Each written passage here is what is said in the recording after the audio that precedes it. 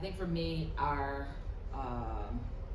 margin of error is really small, especially with the matchups in this league being how they are, and the talent level from top to bottom. Our margin of error is extremely small, so we have to do a better job of managing that. That's loose balls, that's turnovers, that's not the greatest shots, and that's controlling our emotions as well. So I think our youth showed today in that, and I'll take responsibility for that as a coach. It's my responsibility to put our kids in positions as to where, when they face adversity or things aren't going our way, we bounce back a little bit more. So I will take the hit on that for not putting our kids in those type of situations enough so that when the going gets tough, our emotions don't take over, and then it completely changes the game. Talk a little bit about the first quarter. They were able to hit plenty of threes and build a lead, but then that second quarter rolls around and the team bounces back. What kind of message was that in between that first and second? Yeah, I mean, it's funny, before it was the third quarter woes, and now we're in a bit of the first quarter woes.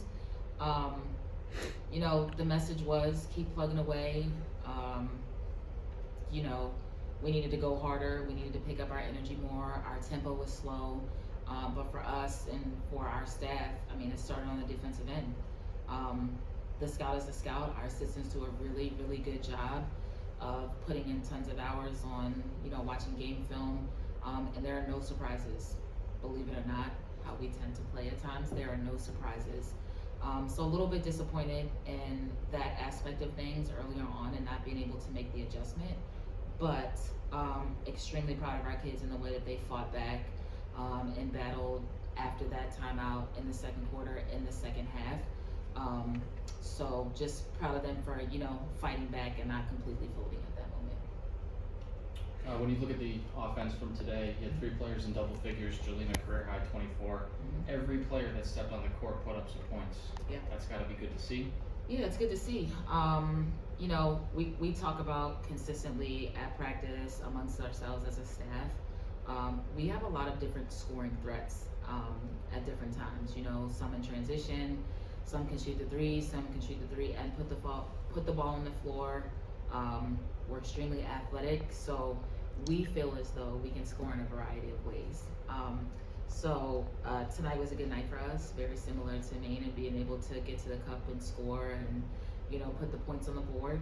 And I think it's also a testament to kind of the work that we put in this week and getting up, extra shots and really talking about our offense and paying attention to that. So it's great to see. I would love to see it on a more consistent basis. Stringing games along and kind of just being 1% better than the day we were before is what we're really striving to be. And I think we've just kind of been on a bit of a roller coaster, but I love to see that everybody got involved. I love to see that our bench players came in and, provided us a really, really great spark. So just really happy that, we had some of our younger kids ready to go today. Talked a little bit about the bench players. Tasha comes off the bench, plays just under 13 minutes, 4 points, 2 steals. How big was that for her and the team to get out there and get some points on the board? Tasha came in and she was ready. We constantly talk to her about being ready. She's put in the time and effort and energy and practice, and she's making strides, so it's deserving. She practices well. She takes constructive criticism. She laughs at herself, which is great. So we've talked about as a staff, like, it's time for her to get rewarded for her hard work. So the opportunity will present every single one of our kids for more reasons than one at this point in time with the numbers. So whoever is ready at that point in time, we have to rock out with, because we're trying to win games here. Another pretty good night for Amaya. She had 9 rebounds, just shy of her 10th, which would have given her another double-double this season. She's been very consistent over the last 8 or so games in terms of scoring. How important has that been, especially down low in the paint? Yeah, I mean, it's important. Amaya got to the free throw line today, which is great. We believe that Amaya can get to the free throw line and make the basket. So, again, I think the league is seeing that she does create several mismatch problems. We have to keep her out of foul trouble, and we have to keep her calm. But the fact that she can do that, I mean, I think I mentioned it one other time before, Amaya could be a walking double-double if she wanted to be. And that's no pressure on her or anybody else. And that's not to say that everybody else can't, follow along and put some points on the board, but in our eyes, she creates that much of a mismatch problem because of her length and her athleticism and her ability to kind of read, the trajectory of the ball, and the ability to, run the floor in transition, shoot a mid-range jumper, and make some power moves on the block. So, yeah, just proud of Amaya and her growth. She didn't get many minutes last year.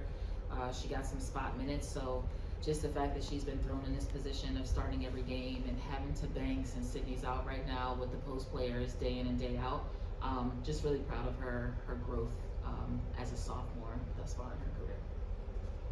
Finally, a couple days off before heading down to UMBC for another late morning game. What are you looking for in that matchup with UMBC? Just another opportunity to grow on, this one. We're looking for consistency. So we've had 3, players in scoring, double-digit scoring figures today.